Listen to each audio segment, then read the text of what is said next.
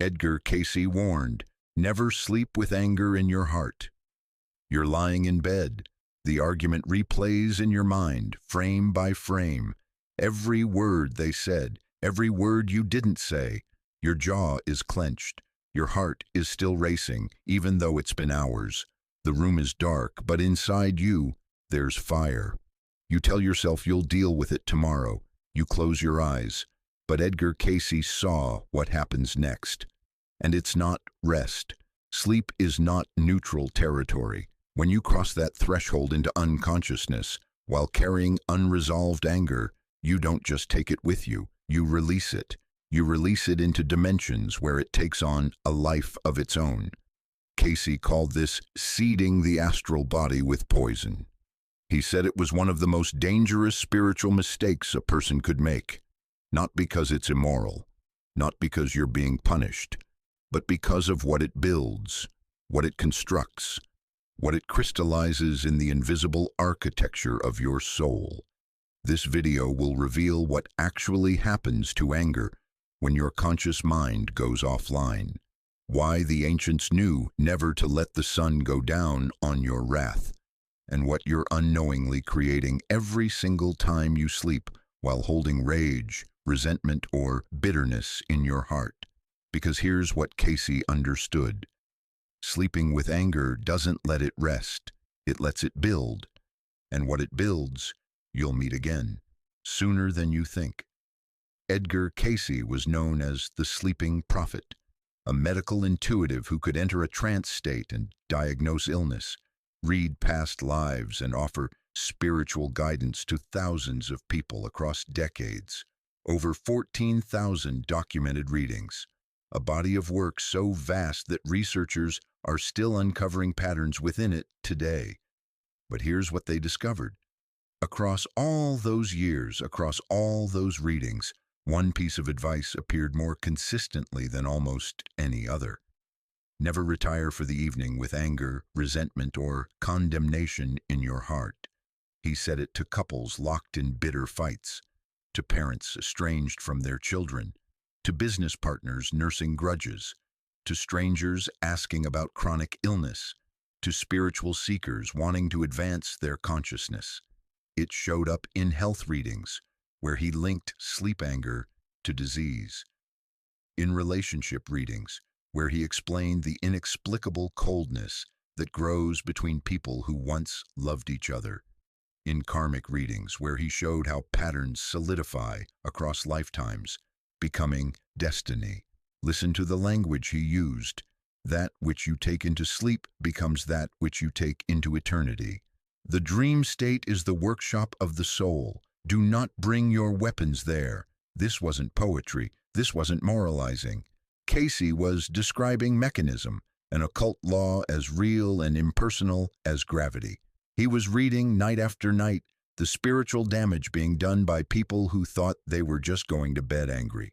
Of all his teachings, this was the most urgent, the most practical, the most universally applicable. If you remember nothing else from Edgar Cayce's work, remember this.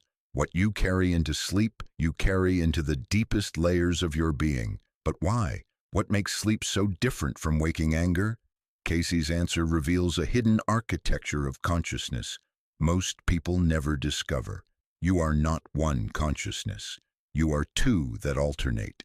Cayce taught that waking consciousness and sleeping consciousness are fundamentally different operating systems. They don't work the same way. They don't follow the same rules. When you're awake, your rational mind is online. Your willpower, your ego structure, your ability to justify, suppress, redirect, or contain what you feel. Anger exists, but it's managed. It lives in your mental body where it can be processed, argued with, released, or transformed. You can think your way through it. You can choose how to express it. You can decide whether to hold it or let it go. But when you sleep, those governing structures go offline. The conscious mind recedes like a tide pulling back from shore, and the subconscious mind takes over. This is the realm Cayce called the builder, the soul's workshop. the place where impressions, emotions, and unprocessed material are either integrated and healed or crystallized and embedded. Sleep is the construction zone of the self, and whatever raw material you bring into that zone gets built into the foundation. Think of it this way. Waking anger is temporary, it's negotiable, it's subject to revision. You can wake up tomorrow and change your mind. You can soften, you can forgive, you can realize you overreacted. But sleeping anger becomes structural. This is why you can go to bed furious and wake up still furious. But it feels different now, heavier, more certain, more you, because it spent 8 hours being woven into your subconscious architecture. The anger didn't fade while you slept. It solidified, and that's just the first layer. Cayce saw 3 simultaneous processes happening when you sleep with anger in your heart, each one more dangerous than the last. Let's start with the physical dimension, the body. Cayce taught that during sleep, the subconscious mind instructs the physical body. Cellular repair happens. Immune function recalibrates. Hormones balance. The nervous system resets. This is when healing occurs. This is when the body rebuilds itself according to the blueprint held in consciousness. But if that blueprint is saturated with anger, the body receives corrupted instructions. Cayce described seeing this in his readings. He could perceive how chronic sleep anger creates literal physiological patterns: hypertension, digestive inflammation, autoimmune confusion, where the body attacks itself because it was taught to attack, cardiovascular rigidity, stiffness in the joints, toxicity that settles into organs and connective tissue. He called it crystallized bitterness. And this isn't metaphor. Emotional states are chemical cascades: cortisol, adrenaline, inflammatory cytokines. When you're angry, your body floods with these chemicals. That's normal. That's designed to help you respond to threats. But during sleep, those chemicals don't just pass through. They're being encoded into cellular memory. The body learns, this is who we are. This is normal. Rebuild accordingly. One night of angry sleep creates temporary inflammation. Your body can recover from that. 10 nights create a pattern. Your cells start remembering. 1,000 nights create a disease. Cayce said it plainly. More illness is born from unforgiven sleep than from any pathogen. If you wake up stiff, acidic, with unexplained pain that doctors can't quite diagnose, check what you brought to bed last night, and the night before, and the 100 nights before that. Your body is trying to tell you what your mind refuses to admit. You're not resting, you're rehearsing. But the body is just the densest layer. The real danger is what happens one level up. Now we cross into the emotional dimension. Cayce taught that humans have an emotional body, sometimes called the astral body, a field of feeling frequency that surrounds and interpenetrates the physical form. During waking hours, this field is fluid, reactive, constantly shifting. You feel anger and then it passes. You feel hurt and then it softens. Emotions move through you like weather systems. But during sleep, the emotional body undergoes what Cayce called nightly consolidation. Whatever emotions were dominant as you crossed into unconsciousness get crystallized into semi-permanent structures. Think of water freezing. Fluid becomes solid. Temporary becomes fixed. Process becomes identity. Cayce described seeing these crystallized emotions as dark masses in the energy field, geometric knots, frozen whirlpools, places where energy can no longer flow, and once crystallized, they don't dissolve easily. They become triggers, automatic emotional reactions that fire without your conscious involvement. You don't choose them, you don't want them, but they happen anyway, faster than thought. You know this experience, the hair trigger temper that wasn't there 5 years ago. The bitterness that feels like personality now, not just mood. The grudge you can't release even when you want to. That's not who you are. That's what you built, night after night, by sleeping before forgiving. And here's what makes this truly sobering. According to Cayce, the emotional body is your vehicle in the afterlife. When the physical body dies, you don't lose the emotional body, you become it. Whatever structures you've built here, you take there. Sleep anger doesn't just affect this life. It shapes the form your consciousness takes when the body is gone. But there's a third process happening simultaneously, the one Cayce said was most dangerous of all. Now we enter the metaphysical dimension, the realm that sounds impossible until you experience it yourself. Cayce taught that during sleep, consciousness travels, not metaphorically. Literally, the soul, loosened from the physical body, moves through what he called the borderlands, or the astral plane, a dimension where thought, emotion, and intention have immediate creative power. In waking life, your anger affects you and those nearby. It ripples outward, causes harm, then eventually dissipates. But in the astral, anger creates. Cayce described seeing what he called thought forms or emotional constructs generated by sleeping consciousness, semi-autonomous entities built from sustained negative emotion. These aren't demons from outside. They're children of your own consciousness, given shape and autonomy in the dream realm. And here's the part that sounds like horror but is actually spiritual law. They don't disappear when you wake up. They linger in the astral dimension, tethered to you, feeding on the emotional frequency that created them. Every time you return to sleep with the same anger, you feed and strengthen what you've already created.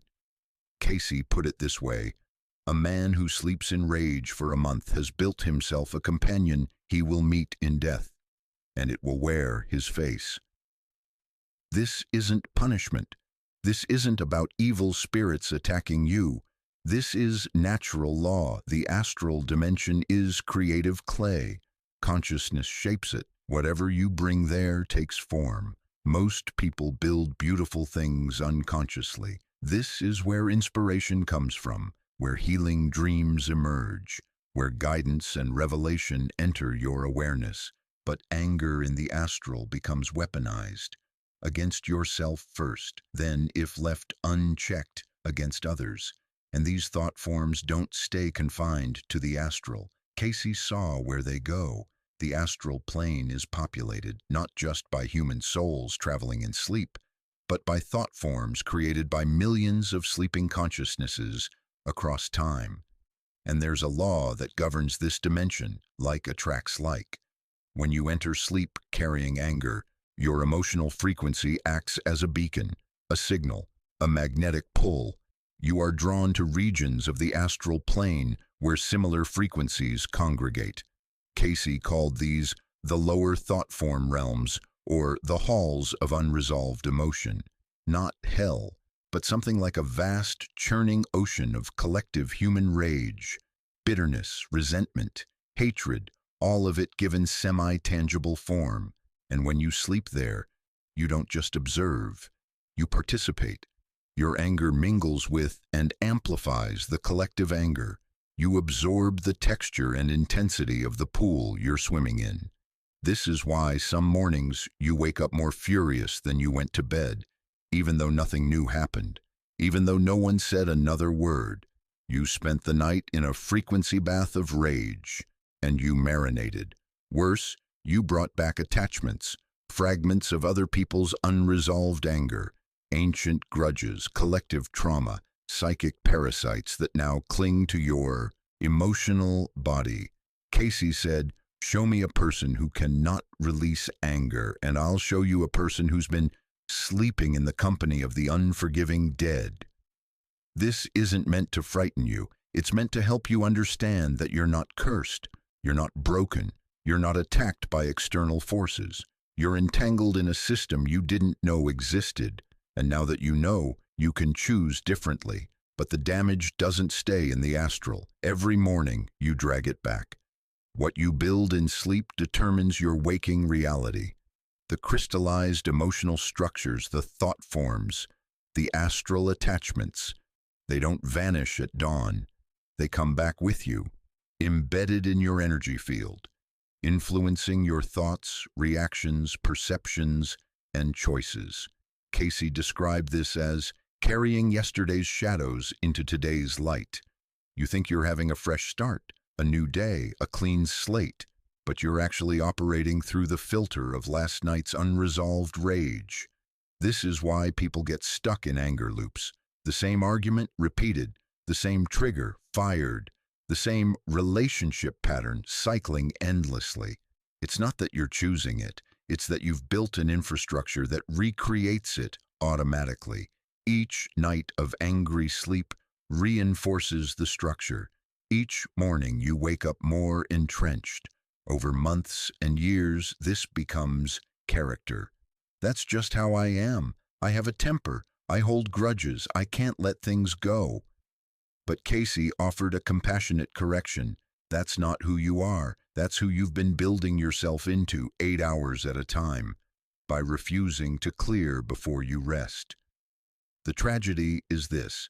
You think you're being strong, standing your ground, protecting your righteousness, but you're actually poisoning your own soul, and the soul keeps a record of every night you chose anger over peace.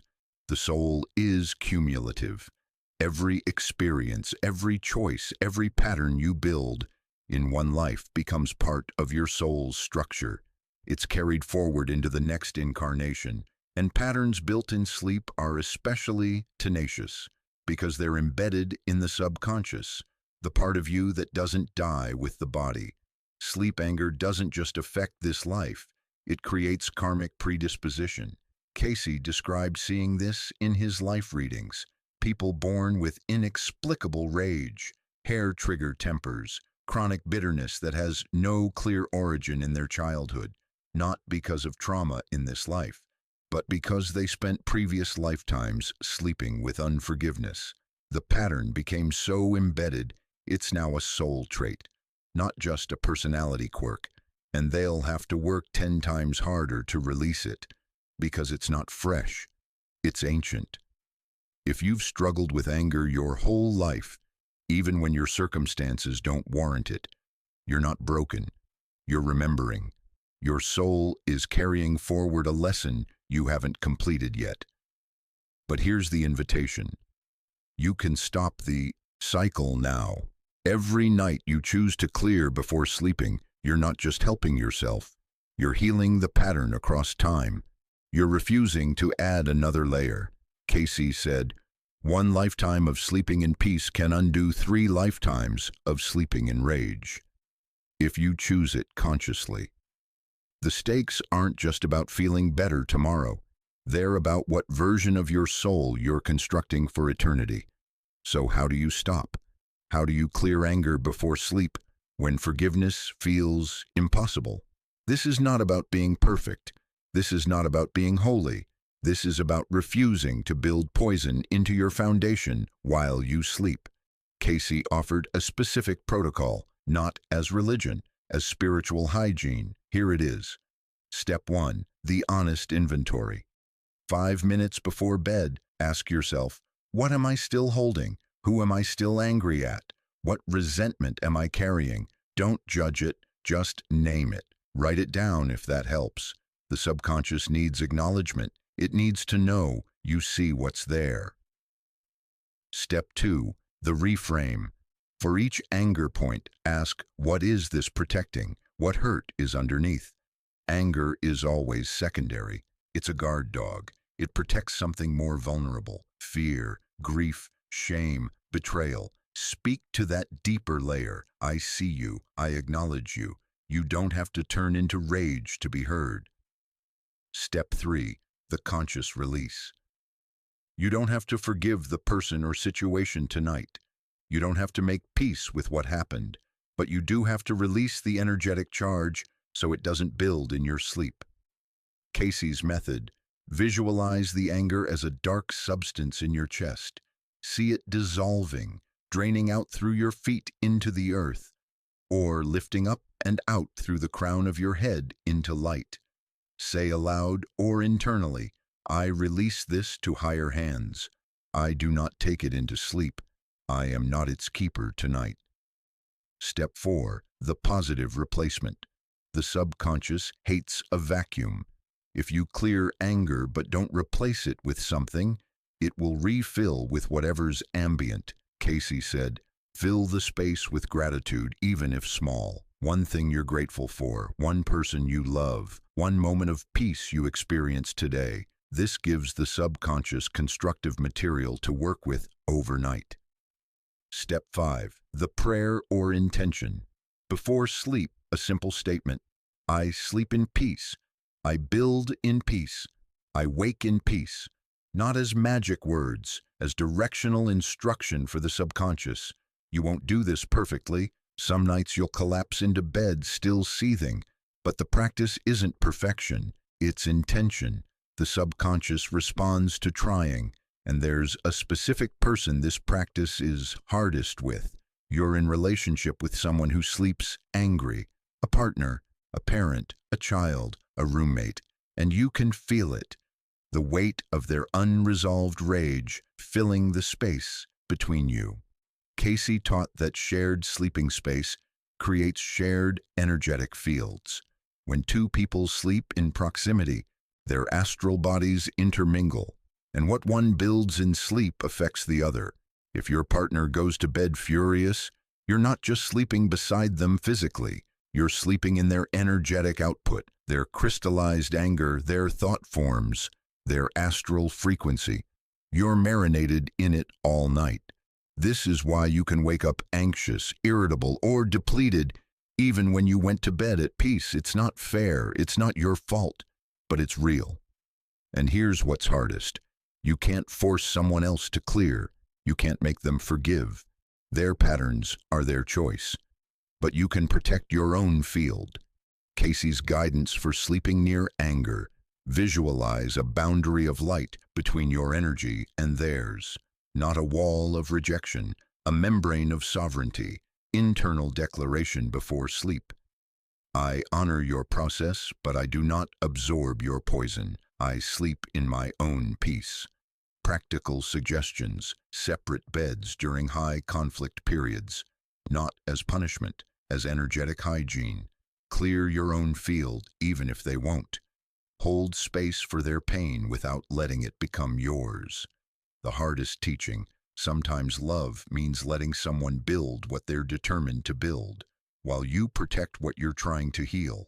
And then there's the anger no one talks about, the one you're holding against yourself. This is for you if you go to bed hating yourself, replaying your failures, criticizing your choices, feeling disgust at who you are. Cayce's most painful observation, self-directed anger is the most destructive form because there's no external enemy to eventually leave or forgive. You take yourself everywhere, including into sleep. Every night you go to bed hating yourself, you're building a prison you can never escape. The thought forms you create in the astral are your own face, twisted in condemnation. The emotional crystallization is self-rejection becoming identity. The cellular encoding is your body learning. I am the enemy. Close your eyes for a moment. Meet your future self, the version of you who finally stopped this pattern. What do they look like? How do they hold themselves? What's different in their energy? That future self speaks.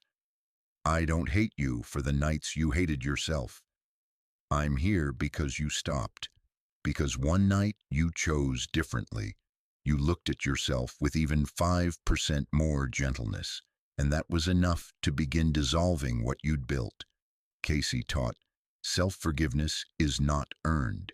It's chosen, and it must be chosen before sleep, or the soul hardens against itself across eternity.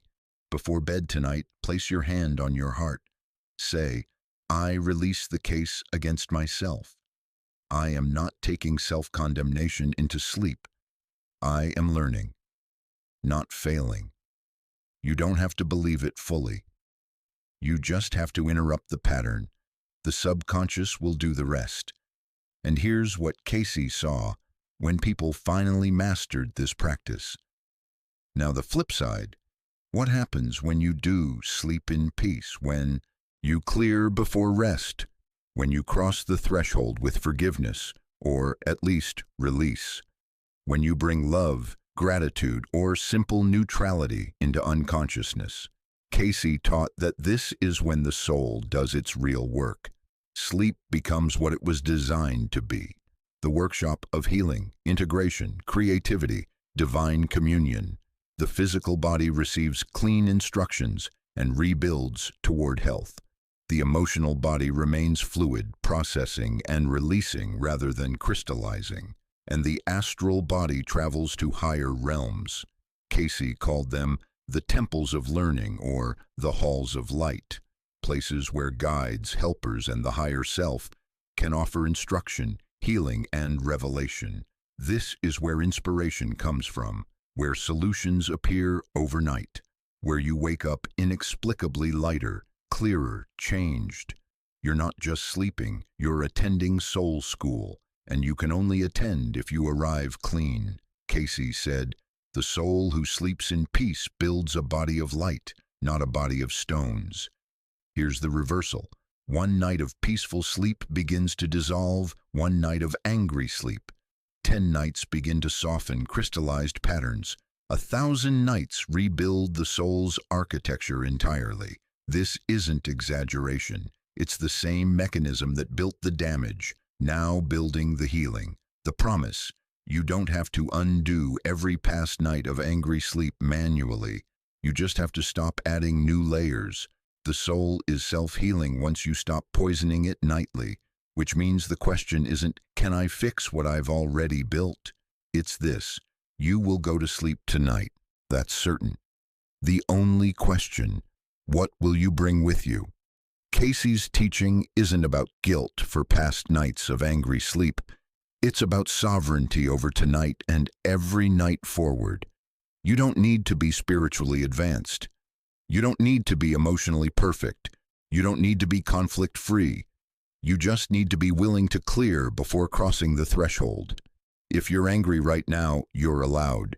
If you've been wronged, your rage is valid. If you're hurting, you don't have to pretend otherwise, but you do have to decide, will I let this build into my body, my soul, my future, or will I set it down for the night and pick it back up tomorrow if I still need it? That's the practice, not permanent forgiveness, but nightly release. Anger can exist. It just can't be constructed into your foundation 8 hours at a time. Cayce's final promise: the soul who learns to sleep in peace, even once, has learned the secret of eternity. Because peace, unlike anger, is the frequency that survives death, and it's the only thing you'll be grateful you built. Tonight, before you close your eyes, you have one job: clear. The rest is grace. If this changed how you see sleep, share it with someone who goes to bed angry. They need to understand what they're building. Like this video, subscribe to the channel, and comment with your commitment. Tonight, I clear. Let's build collective accountability. Next, watch Cayce's map of the astral plane, or what your dreams are actually trying to tell you. And now, a benediction. May you release what doesn't serve. May you sleep in the company of peace, not poison. May you wake lighter than you rested, and may you remember forgiveness isn't weakness. It's refusal to build your own prison. The night is a threshold, cross it clean.